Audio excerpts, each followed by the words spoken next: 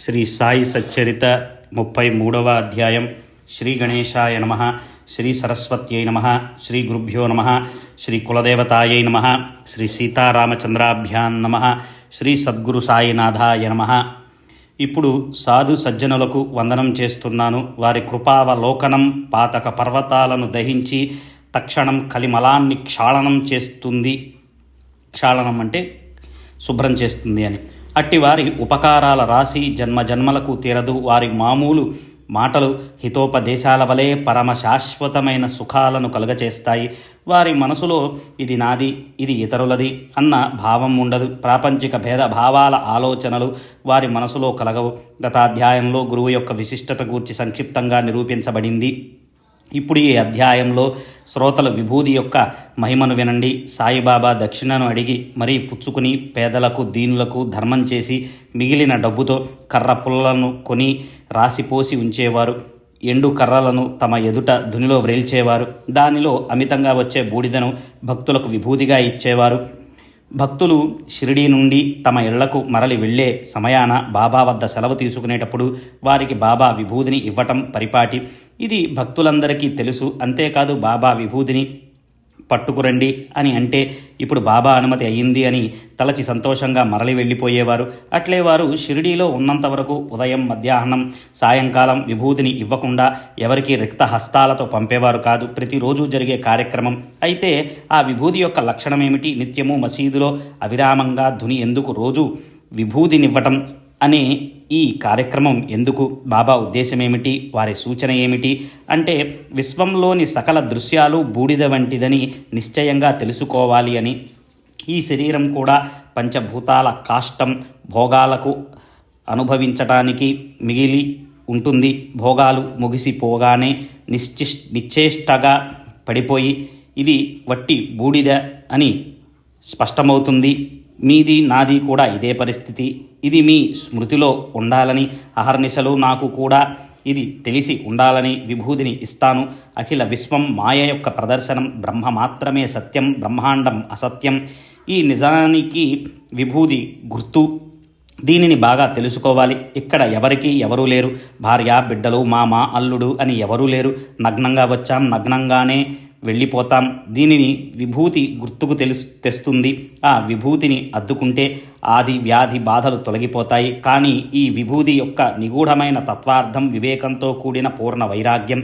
ఇవ్వగలిగినంత దక్షిణను ఇచ్చి ప్రాపంచిక వ్యవహారాల యందు వైరాగ్యాన్ని సాధించిన తరువాత మెల్లమెల్లగా నివృత్తి యొక్క వైరాగ్య లక్షణాలు మనకు అర్థమవుతాయి. వైరాగ్యం అబ్బినా దానితో పాటు వివేకం లేకపోతే ఆ వైరాగ్యం మట్టి కొట్టుకుపోతుంది. అందువలన విభూది విలువను తెలుసుకోండి. వివేక వైరాగ్యాల జంట వలనే విభూతి దక్షిణల జత. ఇవి లేకపోతే భవసాగర తీరాన్ని చేరటం అత్యంత కష్టం. పెద్దలు, పిల్లలు బాబా దర్శనానికి వచ్చి వినయంగా వారి చరణాలకు నమస్కారం చేస్తారు. వారు తిరిగి వెళ్ళేటప్పుడు బాబా వారికి విభూదిని ఇస్తారు. నిత్యం మసీదులో ధుని అహర్నిశలు అక్షయంగా ప్రదీప్తంగా మండుతూ ఉంటుంది. అందులోని విభూదినే బాబా భక్తులకు పిడికెళ్లతో ఇచ్చి సాగనంపేవారు. ప్రసాదమని విభూదిని ఇచ్చేవారు. తమ బొటన వేలితో భక్తుల నొసట అద్ది అట్లే తమ చేతిని వారి శిరస్సుపై ఉంచి వారికి శుభ ఆశీస్సులను ఇచ్చేవారు. ఊది, విభూది, బూడిద ఇవి 3 పదాలు, కానీ అర్థం మాత్రం ఒకటే. బాబా ఇదే ప్రసాదాన్ని నిత్యం నిరాటంకంగా నిరవధికంగా పంచేవారు. ప్రపంచం బూడిదతో సమానం. మనం ఇలా బూడిదైపోయే రోజు తప్పక వస్తుందని గుర్తుంచుకోవాలి. ఇది విభూది యొక్క మహిమ. తామరాకుపై నీరువలే నశ్వరమైన ఈ శరీరం పతనమైపోయేదే కనుక దానిపైని అభిమానాన్ని త్యజించాలి అని విభూది ప్రసాదాన్ని తెలియచేస్తుంది. విశ్వవ్యాప్తి అంతా నిజంగా బూడిదవలే నిస్సారమైనదని నిర్ధారణగా తెలుసుకుని జగత్తు యొక్క మిథ్యత్వాన్ని గ్రహించండి. సత్యమైనది విభూదియే అని తెలుసుకోండి. విభూది అంటే కేవలం మట్టి. సకల వస్తువుల నామరూపాల అంతిమ గతి అంటే ఫైనల్ డెస్టినేషన్ అన్నమాట. ఈ జగత్తులో వస్తువుల మార్పు కేవలం నామమాత్రమే. నిజానికి అంతా మట్టియే. మట్టిలో పుట్టాము, మట్టిలో పెరిగావు, మట్టిలోనే నీవు మాయమయ్యేవు మానవా. ప్రేమ ఉప్పొంగినప్పుడు బాబా స్వయంగా పాటలు పాడుతూ ఉండగా విన్నాం. వానిలో ఊదిని గురించి చిన్న ముక్కను శ్రోతలు శ్రద్ధగా వినండి. రమతే రామ ఆయోజీ ఆయోజీ ఉదయాంకి గోనియా లాయోజీ రాముడు తిరుగుతూ తిరుగుతూ వచ్చాడు, ఊది సంచులను పట్టుకొని వచ్చాడు. మనసు ఉల్లాసంగా ఉన్నప్పుడు బాబా ఎంతో సంతోషంగా అత్యంత శ్రావ్యంగా మాటిమాటికి ఈ 2 పదాలను పాడేవారు. సారాంశం, బాబా యొక్క ఈ ధుని ఎంతో విభూది సంచులను ప్రసవించింది. వానిని లెక్కించడం ఎవరి తరమూ కాదు. ఈ విభూది పరమ శుభప్రదం. విభూది ప్రధానంలోని గూఢార్థాన్ని, భావార్థాన్ని మరియు పరమార్థాన్ని గ్రహించి శ్రోతలు తమ శ్రేయస్సు కొరకు, యోగక్షేమాల కొరకు విభూది గురించి అడుగుతూ ఉంటారు. అలా అడగకపోతే విభూతిలోని మహత్యం ఎలా విస్తరిస్తుంది? సాయిబాబా పరమార్థంలో ధీరుడులు భక్తుల యొక్క ప్రాపంచిక కోరికలను తీర్చి వారికి పరమార్థాన్ని ప్రసాదిస్తారు. ఎందుకంటే వారు ధీరులు గనుక. ఈ విభూతికి సంబంధించిన భక్తుల యోగక్షేమ కథలు అసంఖ్యాకంగా చెప్పవచ్చు, కానీ గ్రంథం విస్తరించకుండా సంక్షిప్తంగా చెప్తున్నాను. నారాయణ మోతీరాం, ఇంటి పేరు జానీ. ఇతడు నాసిక్లో గృహస్థుడు, వంట బ్రాహ్మణుడు. బాబా యొక్క భక్తుడైన ఈ నారాయణరావు రామచంద్ర వామనరావు మోడక్ అనే బాబా యొక్క మరొక భక్తుని ఇంట నౌకరీగా చేసేవాడు. ఇతడు బాబా శరీరంతో ఉన్నప్పుడు తల్లిని వెంట పెట్టుకుని బాబా దర్శనానికి వెళ్ళాడు. అప్పుడు బాబా తమంత తామే అతని తల్లితో ఇక ముందు నౌకరీ చేయమనే సేవాధర్మం ఉండదు అని ముందుగానే సూచించారు.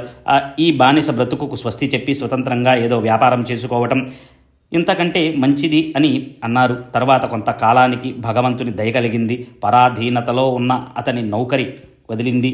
స్వతంత్రంపై ప్రీతి కలిగింది. దాంతో స్వశక్తితో భోజన వసతి గృహాన్ని అక్కడే స్థాపించాడు.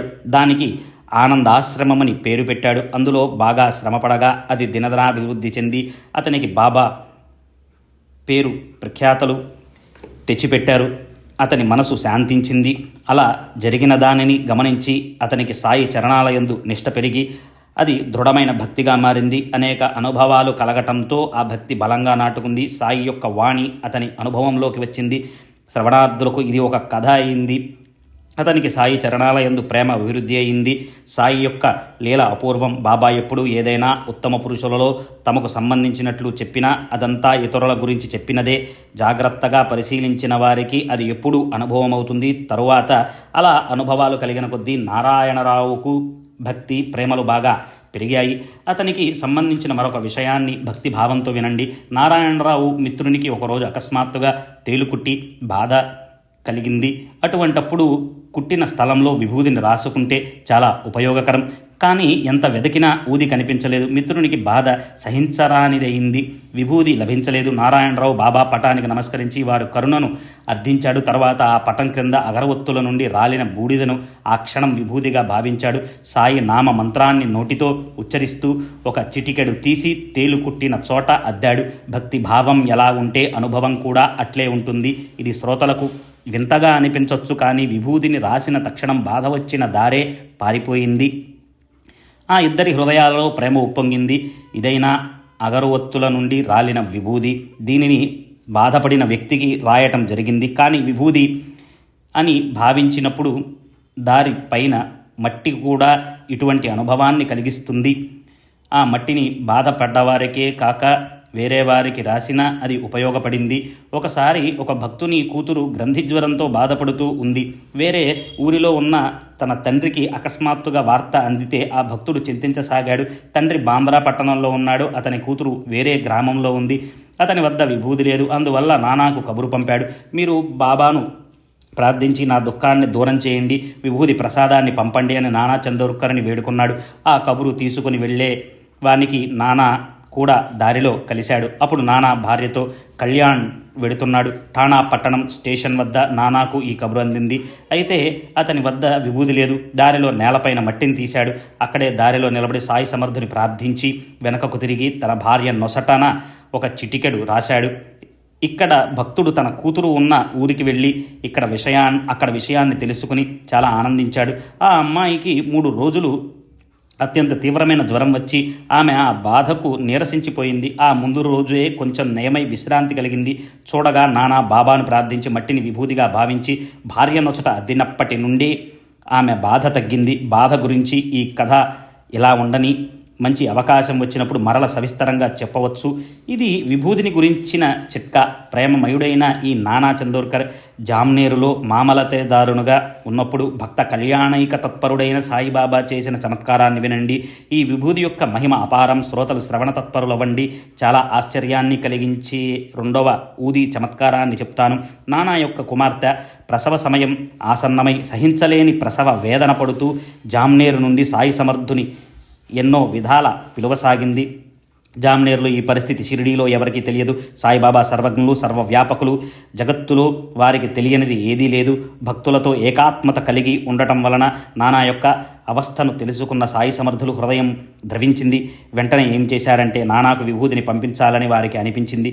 ఇంతలో రామ్గీర్ బువా అను గోసావి మనసులో తన ఊరికి వెళ్లాలన్న కోరిక కలిగింది. అతని ఊరు ఖాండేష్లో ఉంది. ప్రయాణానికి సిద్ధమై అతడు మసీదుకు బాబా దర్శనానికి వారి పాదాల వద్దకు వచ్చాడు. బాబా శరీరధారులై ఉన్నప్పుడు ముందుగా వారి పాదాలపై పడకుండా ఎవరైనా ఏ కార్యం కోసమైనా సరే వారి అనుమతి తీసుకోకుండా వెళ్ళరు. పని ప్రారంభించేవారు కాదు. వివాహం కానీ, ఉపనయనం కానీ, విధి విధానాలతో చేసే ఏ శుభకార్యం కానీ, ఏ సంకల్పం కానీ బాబా యొక్క సమ్మతి అవసరం. వారి సంపూర్ణ అనుమతి, వారి ఆశీర్వాదం, వారి విభూతి ప్రసాదం లేకపోతే ఏ కార్యమైనా నిర్విఘ్నంగా జరగదని అందరి దృఢ విశ్వాసం. ఊరిలో ఏ పద్ధతిని అనుసరించాలన్నా రామ్గీర్ వచ్చి బాబా పాదాలకు వందనం చేసి బయలుదేరటానికి వారి అనుమతిని కోరాడు. బాబా ఖాందేశంలోని మా ఊరికి వెళ్ళి వస్తాను. ఊదిని ఆశీర్వాదాన్ని, బయలుదేరటానికి అనుమతిని ఈ దాసునికి ఇవ్వండి అని అడిగాడు. అతనిని బాబా ప్రేమగా బాపుగీర్ అని పిలిచారు. సరే, నీవు సంతోషంగా ఊరికి వెళ్ళు. దారిలో కాస్త విశ్రాంతిని తీసుకో. ముందుగా జామ్నేరుకు వెళ్ళి నానా ఇంటి వద్దకు ఆగు.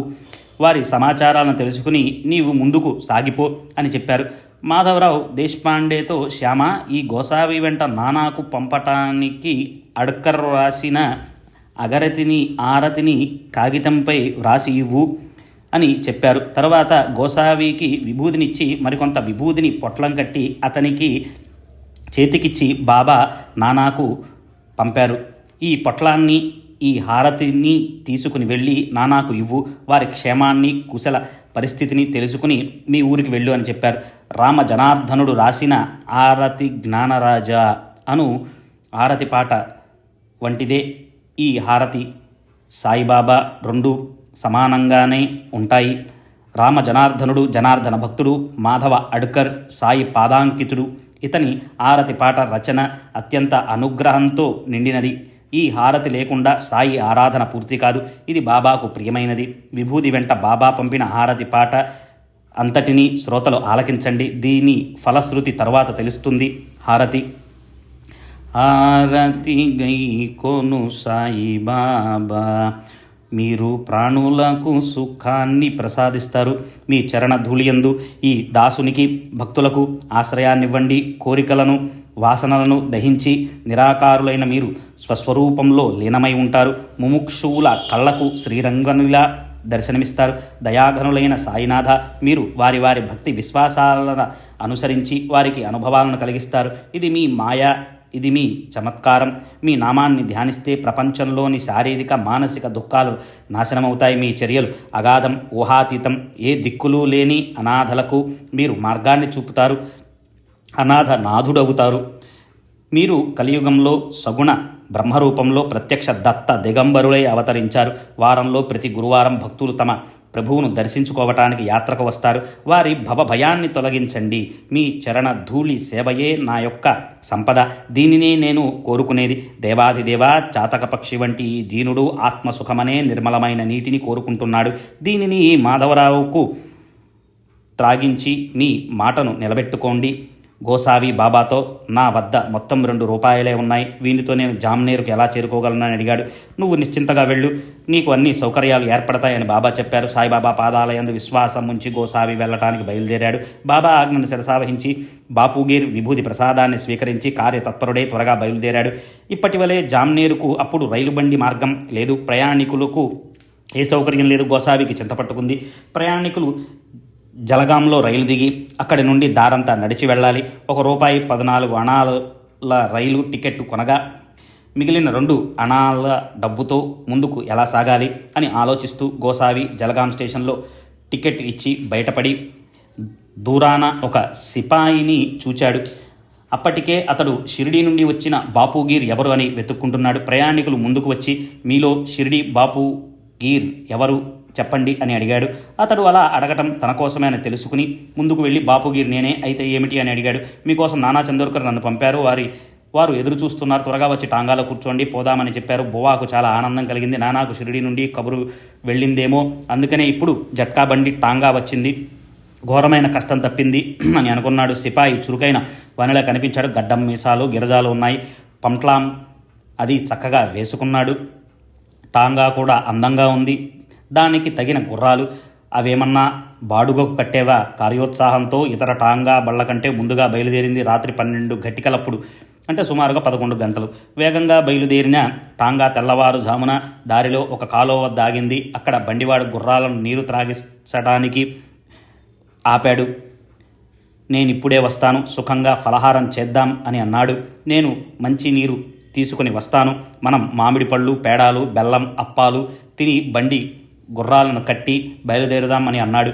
ఆ దుస్తులు గడ్డంతో ముసల్మాన్ వలె ఉన్న అతని మాటలు విని ఈ ఫలహారాన్ని ఎలా తినాలి అని సంశయించి గోసావి అతని కులం గురించి అడిగాడు. టాంగావాడు, మీకు సందేహం ఎందుకు కలిగింది? నేను హిందువును, గుడవాల్ క్షత్రియుణ్ణి పుత్రుణ్ణి, రాజపుత్ జాతీయుణ్ణి.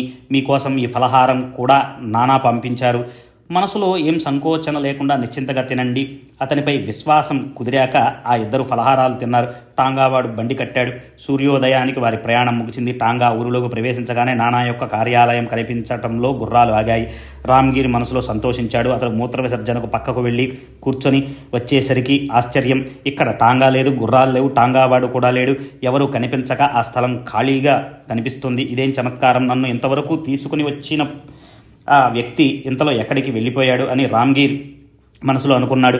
నానాను కలుసుకోవాలని ఆతురతతో గోసావి ఆఫీసుకు వెళ్ళి నానా ఇంటిలో ఉన్నాడని తెలుసుకుని అక్కడికి వెళ్ళటానికి బయలుదేరాడు. దారిలో నానా ఇంటి అడ్రస్ అడిగితే తెలుసుకుని అక్కడికి వెళ్ళాడు. నానా ఇల్లు సులువుగానే దొరికింది. బయట అరుగు మీద కూర్చొని నానా లోపలికి పిలిపించుకున్నాడు. వారు పరస్పరం కలుసుకున్నారు. రామ్గీర్ విభూతిని, ఆరతిని బయటకు తీసి నానా ఎదుట ఉంచి వృత్తాంతాన్నంతా మనవి చేశాడు. విశేషం ఏమిటంటే విభూతి వచ్చినప్పుడు ఆ సమయాన నానా కుమార్తె ప్రసవ వేదన పడుతూ ఉంది. ఆ కష్టాన్ని, బాధను తొలగించడానికి నవచండీ హవనం మరియు దుర్గా సప్తశతి పారాయణ చేయించడం చూచి రామ్గీర్ ఆశ్చర్యపోయాడు. ఆకలితో ఉన్నవానికి అకస్మాత్తుగా పక్వాన్నాలతో నిండిన పళ్ళెం ముందుకు వచ్చినట్లు, దాహంతో ఉన్న చకోర పక్షి నోటికి అమృతం అందినట్లు నానాకు అనిపించింది. భార్యను పిలిచి కుమార్తెకు నీటిలో వేసి త్రాగించమని విభూతినిచ్చాడు. తాను స్వయంగా హారతి పాడటం ఆరంభించాడు. క్షణం గడిచిందో లేదో విభూతి వేసి గ్లాసు నోటికి అందించగానే అమ్మాయికి బాధోపశమనం కలిగింది. వెంటనే ఆ బాధ తొలగిపోయి సుఖంగా ప్రసవించింది. గండం గడిచిపోగా అందరి ఆదుర్ధ తొలగిపోయింది. టాంగావాడు ఎక్కడికి వెళ్ళాడు? ఇక్కడి నాకు కనిపించలేదు. మీరు పంపిన ఆ టాంగా ఎక్కడ అని రామ్గీర్ నానాను అడిగాడు. ఎక్కడి టాంగా? నేనేం పంపలేదు. అసలు నీవు వస్తున్నట్లు ఇక్కడ ఎవరికీ తెలియదు. నేను టాంగా ఎందుకు పంపుతాను అని నానా చెప్పాడు. ఇప్పుడు గోసావి కథనంతా విపులంగా చెప్పగా బాబా యొక్క భక్త వాత్సల్యాన్ని గని నానాకు ఆశ్చర్యం కలిగింది. ఎక్కడి టాంగా, ఎక్కడి సిపాయి, నటింపచేసేది సాయి మాతయే, ద్వారకా మాయి. వారు భక్తుల పైన ప్రేమతో కష్ట సమయంలో పరుగెత్తుకుంటూ వస్తారు. ఇప్పుడు ముందుకు సాగి మునుపటి కథను చెప్పుకుందాం. కొంతకాలానికి బాబా నిర్వాణం చెందారు. క్రీస్తు శకం 1918 విజయదశమి దసరా పండుగ రోజు మంచి శుభదినమని తలచి తమ శరీరాన్ని ధరార్పణం చేశారు. అలా వారు సమాధి చెందారు. దీనికి ముందే బాబా శరీరంతో ఉండగానే నారాయణరావు 2 సార్లు బాబా దర్శనం చేసుకున్నాడు. బాబా సమాధి చెంది 3 సంవత్సరాలు గడిచాక నారాయణరావుకు బాబాను దర్శించుకోవాలని బలవత్తరమైన కోరిక కలిగింది. కానీ సరైన అవకాశం లభించక నిరుత్సాహపడ్డాడు. బాబా సమాధి చెందిన 1 సంవత్సరానికి నారాయణరావు వ్యాధితో బాధపడ్డాడు.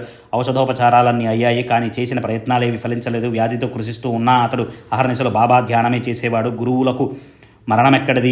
వారు నారాయణునకు దర్శనమిచ్చారు. ఒక రాత్రి అతనికి స్వప్నం వచ్చింది. సాయిబాబా ఒక సొరంగం నుండి నారాయణరావు వద్దకు వచ్చి అతనికి ధైర్యాన్నిచ్చారు. నీవు మనసులో ఏ చింత పెట్టుకోకు, రేపటి నుండి బాధ తగ్గిపోతుంది. 1 వారం గడిచేసరికి నీవు స్వయంగా లేచి కూర్చుంటావు అని చెప్పారు. అట్లే 8వ రోజు గడవగానే అతనికి బాబా వచనం అక్షరం అనుభవంలోకి వచ్చింది. నారాయణరావు లేచి కూర్చున్నాడు.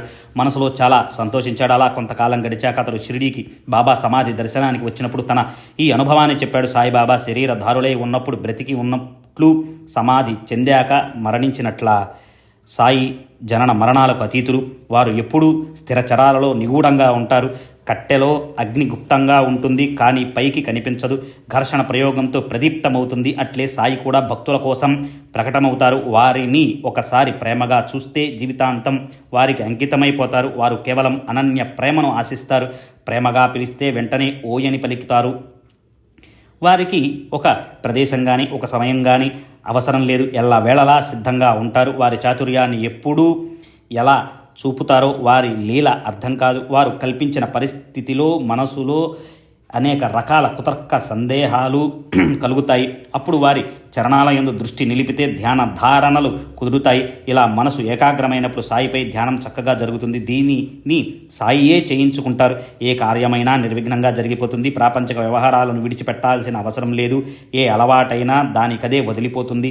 ఇలా మనసును అభ్యాసంలో ఉంచితే ఏ పనైనా సునాయాసంగా జరుగుతుంది. కర్మ భూమిపైకి వచ్చిన శరీరం కర్మలను తప్పనిసరిగా చేయాల్సిందే. భార్య బిడ్డలను, ధనాన్ని, గృహాలను యథేచ్ఛగా సేవించవచ్చు. జరగనున్న దానిని అట్లే జరగనివ్వండి.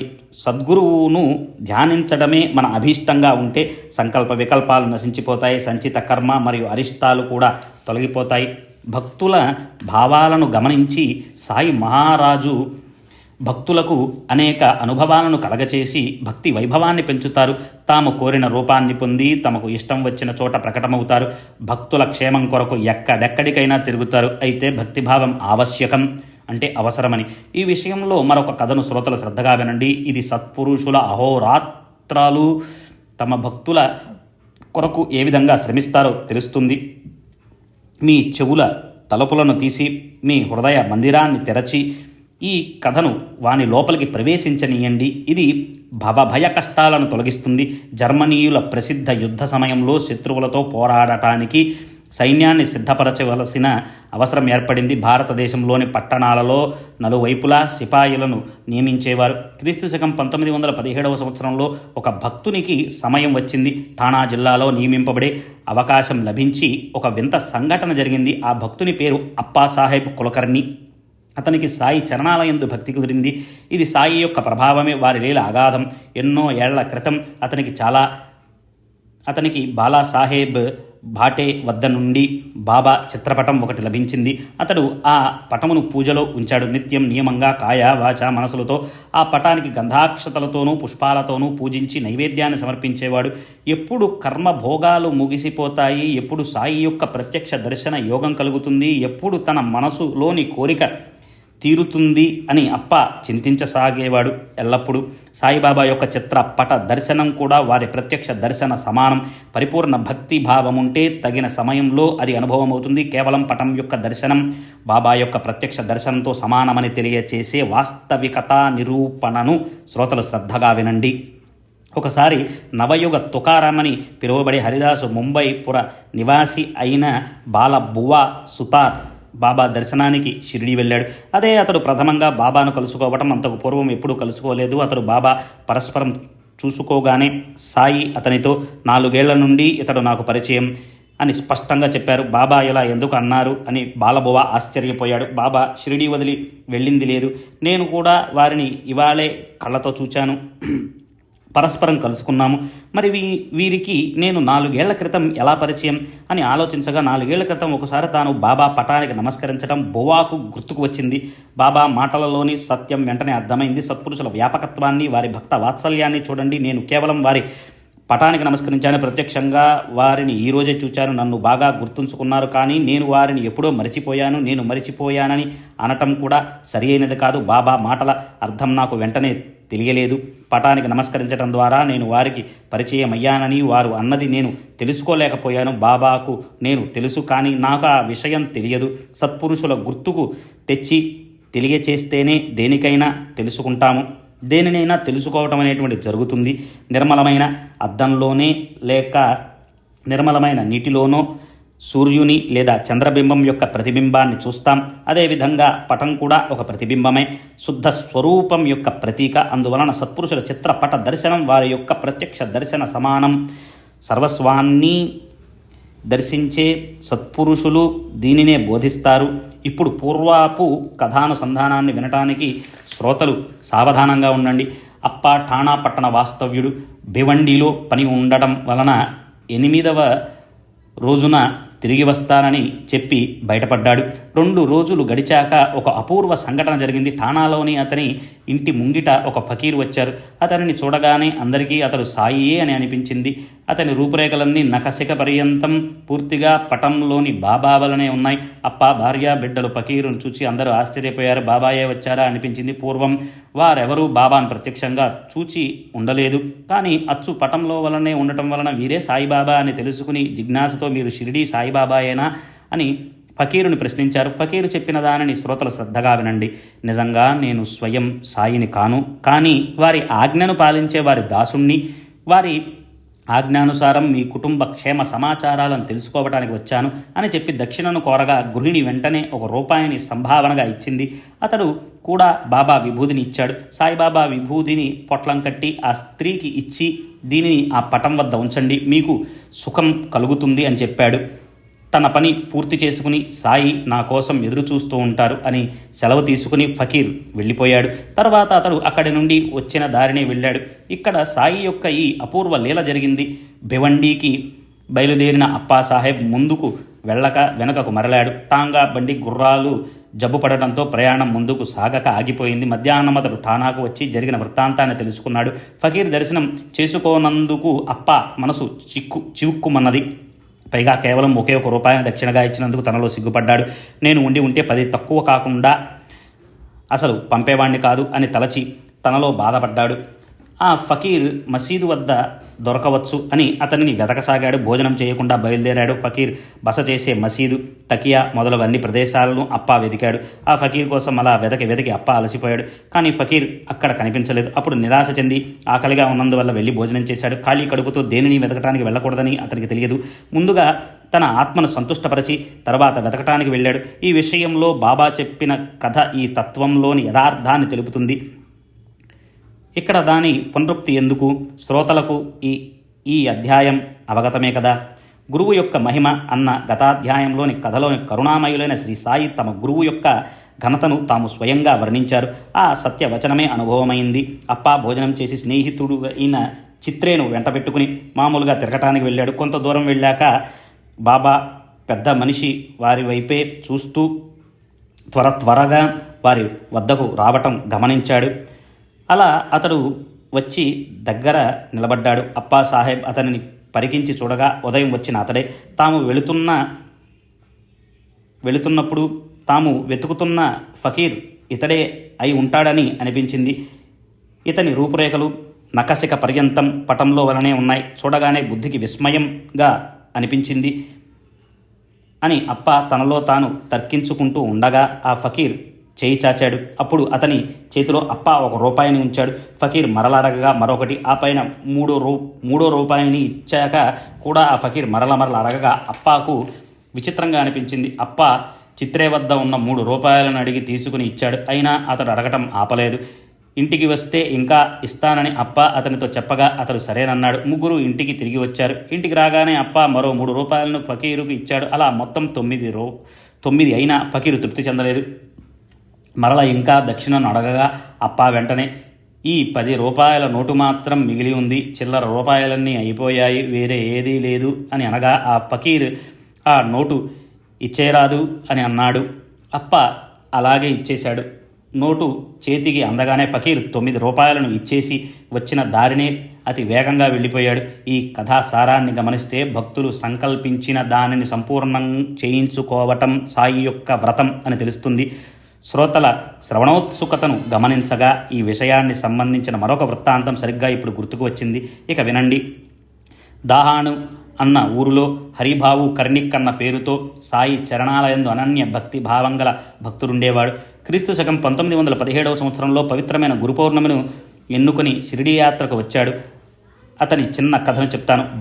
బాబా పూజ యథావిధిగా ముగిశాక వస్త్రాలను దక్షిణను సమర్పించి బాబా ఆజ్ఞను తీసుకుని క్రిందకు దిగుతూ ఉండగా అతనికి ఆలోచన కలిగింది. పైకి వెళ్ళి బాబాకు మరొక రూపాయిను ఇవ్వాలని అనిపించింది. కానీ ఆ ఆలోచనను మానుకోవాల్సి వచ్చింది. ఆ రూపాయిని తన వద్దే ఉంచేసుకున్నాడు. తిరిగి వెళ్ళిపోవటానికి బాబా ఆజ్ఞ ఒకసారి అయ్యాక తాను వెంటనే ముందుకు వెళ్ళిపోవాలని తనకు బాబా అనుమతిని ఇప్పించిన వ్యక్తి మాధవరావు దేశపాండే పైనుండి సైగ చేశాడు.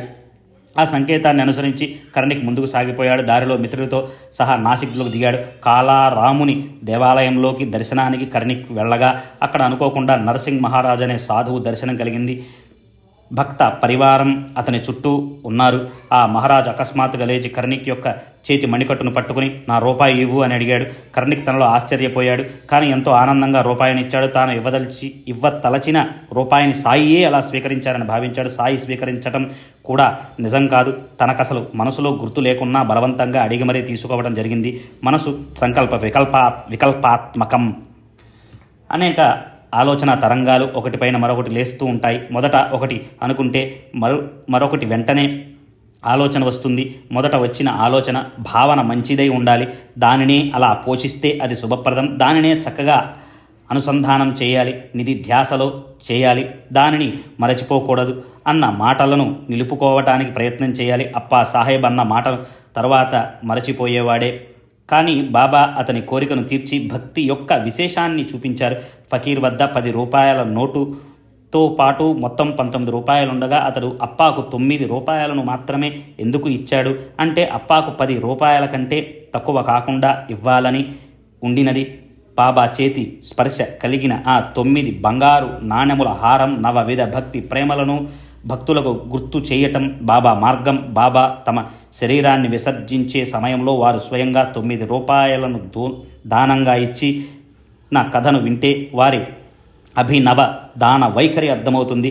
అప్పా భార్య కాయ వాచ మనస ఒకే రూపాయిని ఇవ్వగా ఫకీర్ సంతృప్తిగా స్వీకరించారు. మరలా అడగలేదు. కానీ తన భార్య ఇచ్చినది తక్కువే అని అప్ప మనసుకు తోచింది.